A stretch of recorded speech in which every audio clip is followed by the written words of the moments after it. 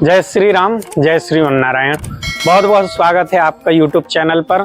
और हमारा यही संदर्भ रहेगा कि जो भ्रांति या संशय है सनातन धर्म के विषय में, उनको दूर करना शास्त्र के साथ ही इस प्रकार का हमारा यह कार्य रहेगा और यही संदर्भ रहेगा कि हम इसको कैसे दूर करें।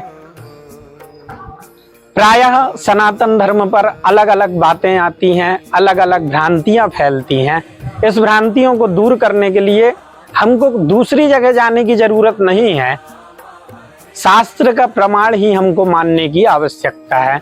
और शास्त्र के साथ यदि हम मानेंगे तो ये हमारे लिए सर्वोपरि श्रेष्ठ रहेगा।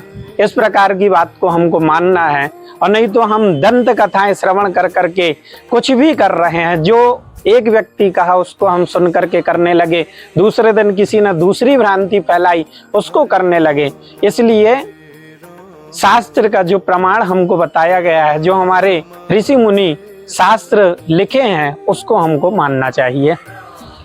अभी वर्तमान में हम उस संदर्भ में बात करेंगे कि एकादशी और रविवार के दिन हम वृक्ष से तुलसी पत्र संचय कर सकते हैं कि नहीं, इसका हम आज निराकरण करेंगे।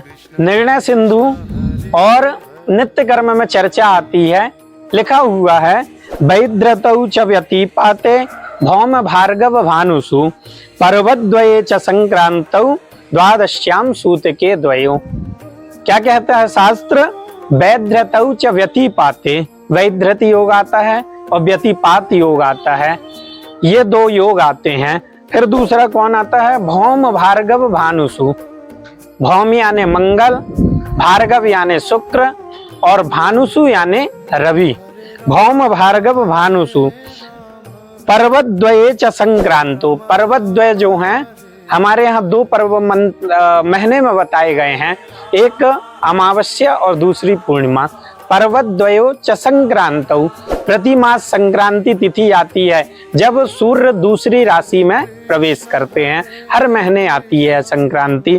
तो संक्रांतौ द्वादश्याम, हर पक्ष की, शुक्ल पक्ष और कृष्ण पक्ष इनकी द्वादशी। सूतकद्वयो, जनना शौच और मरना शौच, ये जो सूतक दोनों पड़ते हैं हमारे जन्म के समय और मृत्यु के समय, इन समय तुलसी को वृक्ष से संचय नहीं करना चाहिए।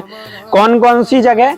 वैद्रत योग में, व्यतिपात योग में, और मंगलवार के दिन, शुक्रवार के दिन, रविवार के दिन, और पर्वद्वय जो अमावस्या और पूर्णिमा है, संक्रांति है, और प्रति मास जो द्वादशी तिथि आती है, एवं सूतकद्वयो, जो सूतक दो प्रकार के हमारे यहाँ पड़ते हैं, जो हमको शास्त्र ने निर्देश दिए हैं। इन सूतक में वृक्ष से तुलसी पत्र को संचय नहीं करना चाहिए।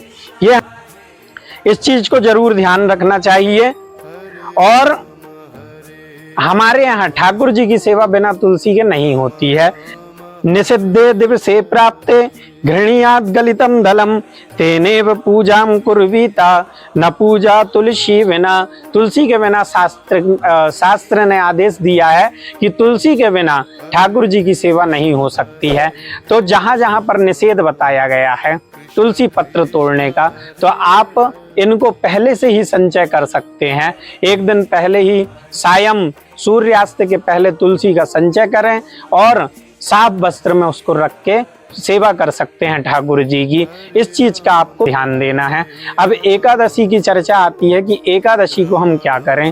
तो एकादशी को मान्यता है, बहुत जगह मान्यता के अनुसार यह बताया गया है कि एकादशी को तुलसी को पत्र नहीं तोड़ना चाहिए। यह मान्यता इस प्रकार है कि तुलसी माता शालिग्राम जी का अथवा नारायण जी का निर्जला व्रत करती हैं, इस दिन जल भी नहीं चढ़ाना चाहिए।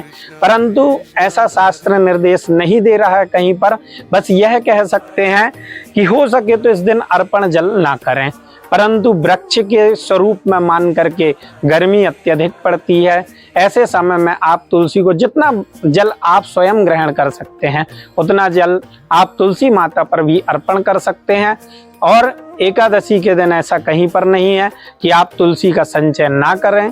बाकी ये है कि मान्यता अनुसार आप इसको मान सकते हैं और तुलसी पत्र का संचय ना भी करें। बाकी तुलसी पत्र बिना ठाकुर जी की सेवा नहीं हो सकती है।